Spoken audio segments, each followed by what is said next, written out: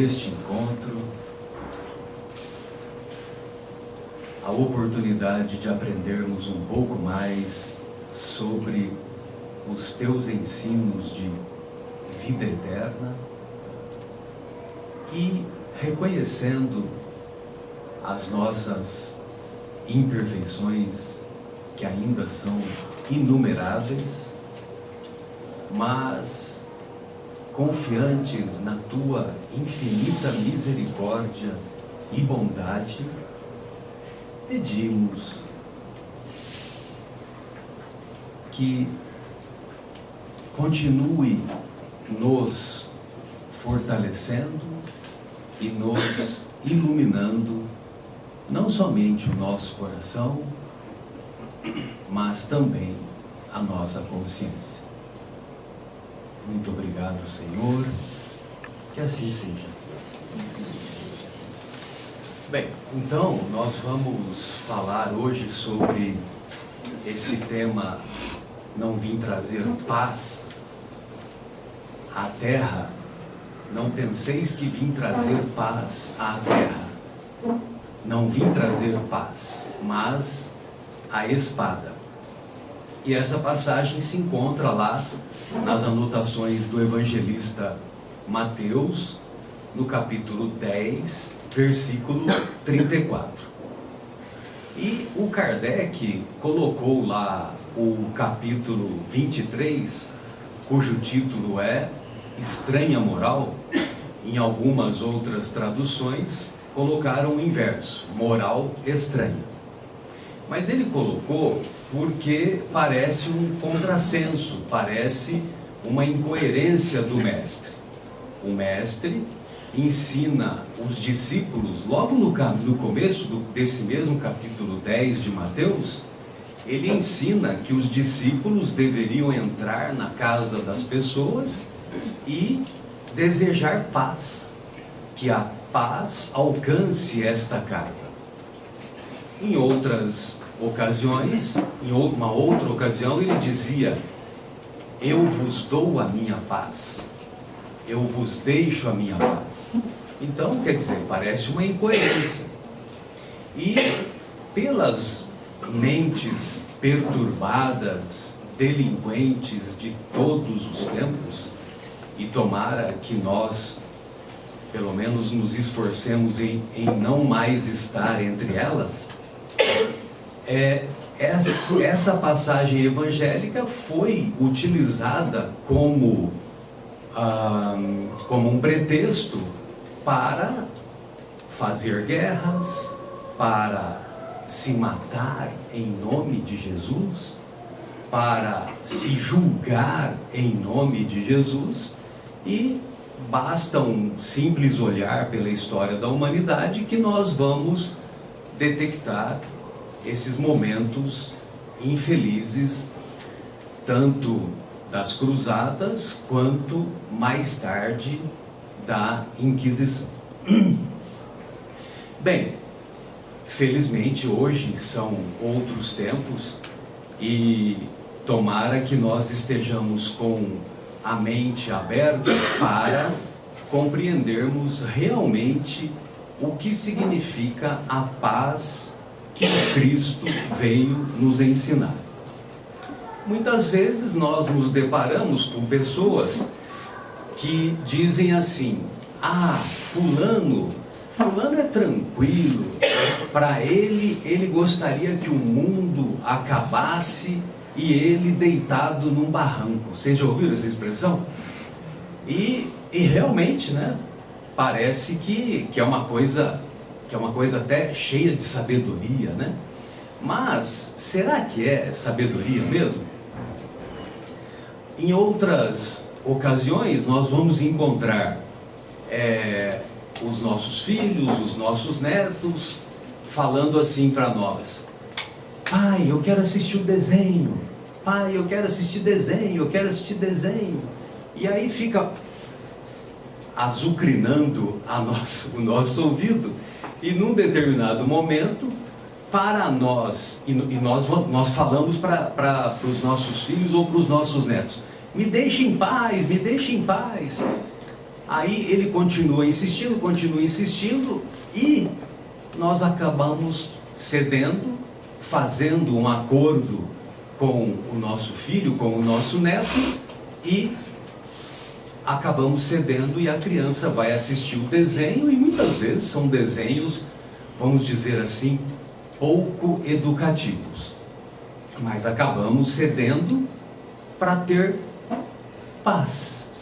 Mas aí eu pergunto para vocês, isso é paz ou é sossego? O Hilel, avô de Gamaliel, conhecido como o doutor das 7 regras de interpretação do judaísmo, o Hilel, ele vai nos ensinar que para nós compreendermos bem o Evangelho, o Evangelho ou as Escrituras, né, porque o Hilel não conheceu Jesus, mas para interpretarmos corretamente as Escrituras Sagradas, nós não podemos nos ater apenas ao pensamento superficial do texto, ou a interpretação literal, né, daquilo que está escrito, mas nós devemos aprofundar esse conhecimento.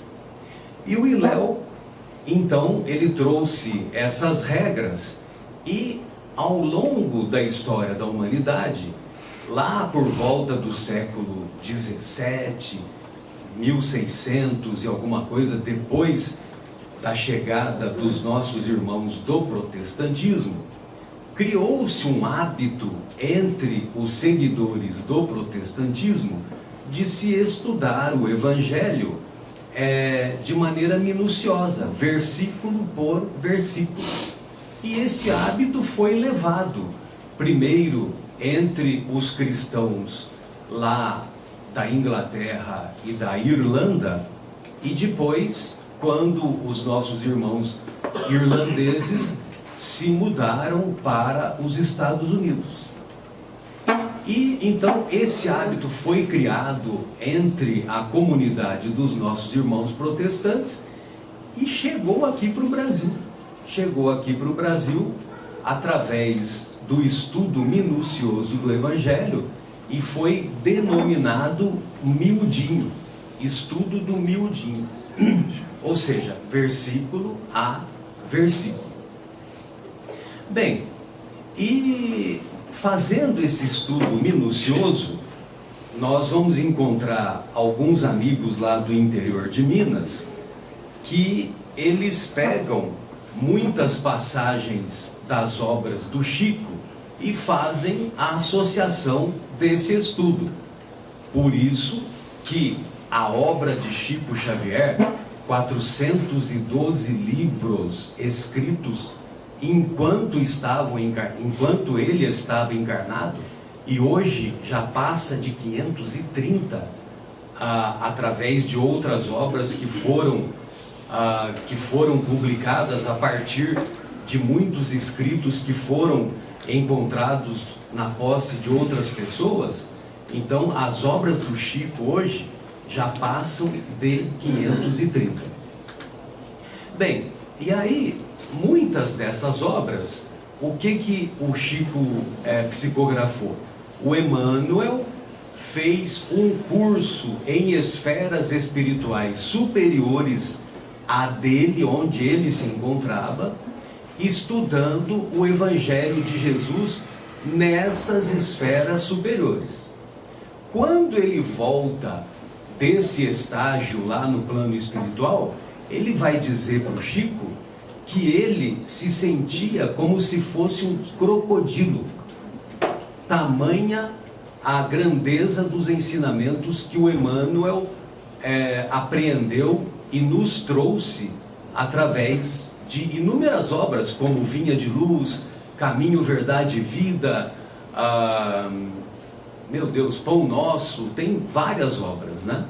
E uma dessas é Vinha de Luz. E o nosso querido Emmanuel, na lição 105, ele vai fazer um comentário cujo título é Paz do Mundo e Paz do Cristo. Então, é sobre o versículo que se encontra em João: a paz vos deixo, a minha paz vos dou. Não vou-la dou como o mundo a dá. Aí o Emmanuel comenta: é preciso não confundir a paz do mundo com a paz do Cristo. A calma do plano inferior aqui da matéria pode não passar de estacionamento, pode não passar de estagnação. Água parada da doença, água parada no pulmão, derrame pleural da doença. Por isso que é importante nós estarmos sempre em movimento e não nos acomodarmos. A serenidade das esferas mais altas significa trabalho divino a caminho da luz imortal. Nós nos acostumamos, devido a heranças ancestrais que recebemos dos nossos antepassados, nós nos acostumamos a considerar que o céu é a moradia dos anjos e que os anjos ficam andando, voando para lá, voando para cá, batendo as suas asas e ouvindo guaranias paraguaias. É mais ou menos isso que nós pensamos. Mas será que os benfeitores espirituais, entidades espirituais elevadas, ficam fazendo somente isso lá nas esferas superiores? O mundo consegue proporcionar muitos acordos e arranjos nesse terreno, mas somente o Senhor pode outorgar ao espírito a paz verdadeira. Na obra Renúncia, psicografada pelo Chico e ditada por Emmanuel, ele conta a história de uma personagem notável chamada Alcione Villamil. E a Alcione Villamil, antes de reencarnar, ela se encontrava em esferas superiores aqui do sistema solar, mas em esferas superiores na constelação de Sírius. E ela se encontrava muito bem lá. Só que ela, movida pelo sentimento de compaixão por uma entidade espiritual que nós vamos conhecer no romance como Carlos Clenaghan. Só que o G é com H, né? Então, ela, muito envolvida pelo amor que ela sentia por ele, ela se oferece para reencarnar. E ela vai procurar o tutor espiritual dela na esfera espiritual elevada em que ela se encontrava, e o tutor fala para ela assim, a princípio, que ela não deveria reencarnar. Aí depois ela insiste, ela argumenta, e o tutor fala: tudo bem, você vai reencarnar, mas você tem que saber que não há acordo entre o vício e a virtude. O vício e a virtude. Depois fica aí o convite para todos acompanharmos o desfecho dessa obra, desse romance rico de ensinamentos. No capítulo 3, da segunda parte desse mesmo livro, a Alcione vai falar para o pai que ela não acha correto nós dependermos das orientações dos ministros. No caso, ela era de família protestante, dos ministros lá da igreja que ela frequentava. Que o trabalho espiritual é individual nosso. A espada que nós devemos usar é a espada da separação entre os vícios que possuímos e as virtudes que ainda temos para aperfeiçoar. Então, a espada, o objetivo é esse, é fazermos essa separação. Só que, evidentemente, que não basta fazer a separação. É preciso aperfeiçoarmos as virtudes e nos livrarmos das imperfeições, dos vícios. Mas aí o Emmanuel ele ainda comenta o que significa a paz na visão mundana. Olha só como que é equivocada essa visão do sossego, dessa paz caracterizada sobretudo pela ociosidade. Nos círculos da carne, a paz das nações costuma representar o silêncio provisório das baionetas. Ou seja, se não está tendo guerra no mundo, se não está tendo guerra na minha aldeia ou na minha vizinhança, está tudo certo. Mas aí ele diz que a paz dos abastados inconscientes é a preguiça improdutiva e incapaz. A paz dos que se revoltam no quadro de lutas necessárias é a manifestação do desespero doentio, diante dos desafios que a vida a todos nos proporciona. Adianta se desesperar? Vai resolver nós nos jogarmos ao chão, puxarmos o cabelo e ficar só falando mal e não tentar resolver o problema? Ou resolver o desafio? A paz dos ociosos sistemáticos é a fuga do trabalho. A paz dos arbitrários é a satisfação dos próprios caprichos. A paz dos vaidosos é o aplauso da ignorância. Meu Deus. A paz dos vingativos é a destruição dos adversários. Então, se o meu adversário está destruído, ufa, aí sim eu estou sossegado, eu estou em paz. A paz dos maus é a vitória da crueldade. A paz dos negociantes sagazes é a exploração inferior. A paz dos que se agarram às sensações de baixo teor é a viciação dos sentidos. A paz dos comilões, meu Deus, ainda mais nessa época, né, de leitoa, de cabrito.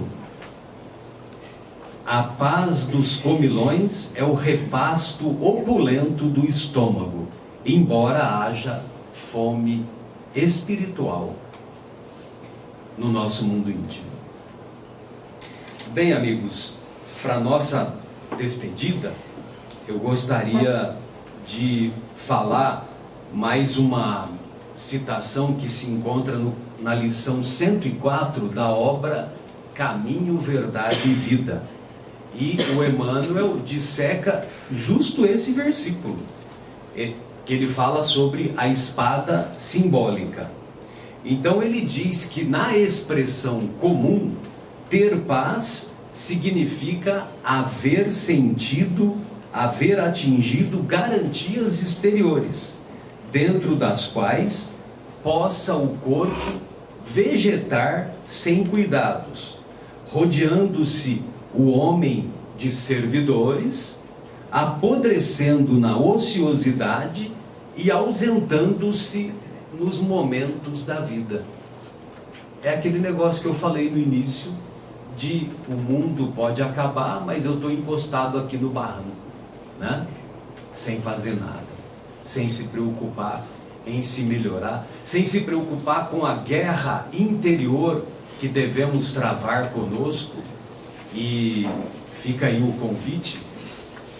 Eu estou vendo aqui a nossa querida Luciana, que ela coordena um trabalho belíssimo aqui do estudo da obra psicológica da Joana de Ângeles, e nada mais ela faz lá do que abaixar as baionetas das guerras que todos temos no nosso mundo íntimo, né, Lu? Então fica aí o convite, quem quiser participar, às quartas-feiras, às 20 horas. Às 20 horas. Todos muito bem-vindos. Às quartas-feiras, às 20 horas. Então essa que é a guerra psicológica real que devemos travar conosco mesmo, buscando o aperfeiçoamento das nossas virtudes e a diminuição, pelo menos, das nossas imperfeições. Bem, ele ainda termina um pouquinho adiante, ele diz assim: buscar a mentirosa paz da ociosidade é desviar-se da luz, fugindo à vida e precipitando a morte. Então, buscar a mentirosa paz da ociosidade é desviar-se da luz, fugindo à vida e precipitando a morte. Bem, então, só uma última reflexão, que é uma história que alguns de vocês talvez já tenham me ouvido contar, mas eu acho que ela se encaixa hoje, que é aquele famoso diálogo entre o seu demônio de um lado e o seu anjo do outro lado. E eles estavam lá estabelecendo uma disputa entre um cidadão que se encontrava no muro, e ele estava indeciso se ele ia para o caminho do seu demônio ou se ele ia para o caminho do seu anjo. E o seu anjo estava lá explicando para ele, argumentando que se ele fizer a escolha aqui do lado dele, né, do lado do seu anjo, é o lado da paz, o lado da serenidade, o lado do trabalho, o lado da evolução espiritual. E vale lembrar que a evolução espiritual, ela não se dá pelo elevador, ela se dá degrau a degrau, com muito esforço, com muita luta, com muito suor. Esse negócio de achar que nós vamos garantir a nossa evolução espiritual entrando no elevador panorâmico, após a janta, apertando o botãozinho andar celestial e fazendo tchau para os pecadores, não é assim que ocorre a evolução espiritual. Então a evolução espiritual, ela se dá com muito esforço, com muita luta, degrau por degrau. Mas aí então o seu anjo estava explicando tudo isso para o cidadão que estava em cima do muro. Aí lá pelas tantas, o seu anjo, já perdendo a paciência, né? Vocês conseguem imaginar um anjo perdendo a paciência? O que vocês acham? Aí ele estava lá, aí ele, de certa forma, ele ficou um pouco incomodado. Aí ele virou-se lá para o seu demônio e falou assim: ô seu demônio, eu estou aqui me esgoelando, tentando argumentar com o cidadão aí em cima do muro, já faz 1 hora, e eu estou percebendo que você está aí tranquilo, que você não faz nenhuma argumentação. Aí sabe o que o seu demônio respondeu? Ô seu anjo, o negócio é o seguinte: enquanto o cidadão estiver aí em cima do muro, ele é meu. Ou seja, nós devemos nos esforçar para não ficarmos em cima do muro, para sabermos separar, sabermos usar a espada da separação entre os vícios e as virtudes, fazermos a escolha correta e não nos iludirmos achando que a melhoria vai ser de fora para dentro. A melhoria sempre será de dentro para fora. Bem, amigos, então, para nossa despedida, eu gostaria de convidá-los a me acompanhar nesta singela oração. Deus nosso Pai, Mestre Jesus, amigos espirituais desta casa, amigos espirituais que nos tratam com tanto amor, com tanta dedicação, que toleram as nossas inúmeras imperfeições, estimulando-nos na acústica da nossa alma, a fim de que sejamos capazes de fazer as escolhas corretas. Agradecemos a oportunidade dessas reflexões e pedimos humildemente que não nos falte a coragem, que não nos falte a fé, que não nos falte a dedicação e o trabalho para não somente separarmos os vícios das virtudes, mas, sobretudo, trabalharmos arduamente para nos tornarmos pessoas melhores. Que assim seja.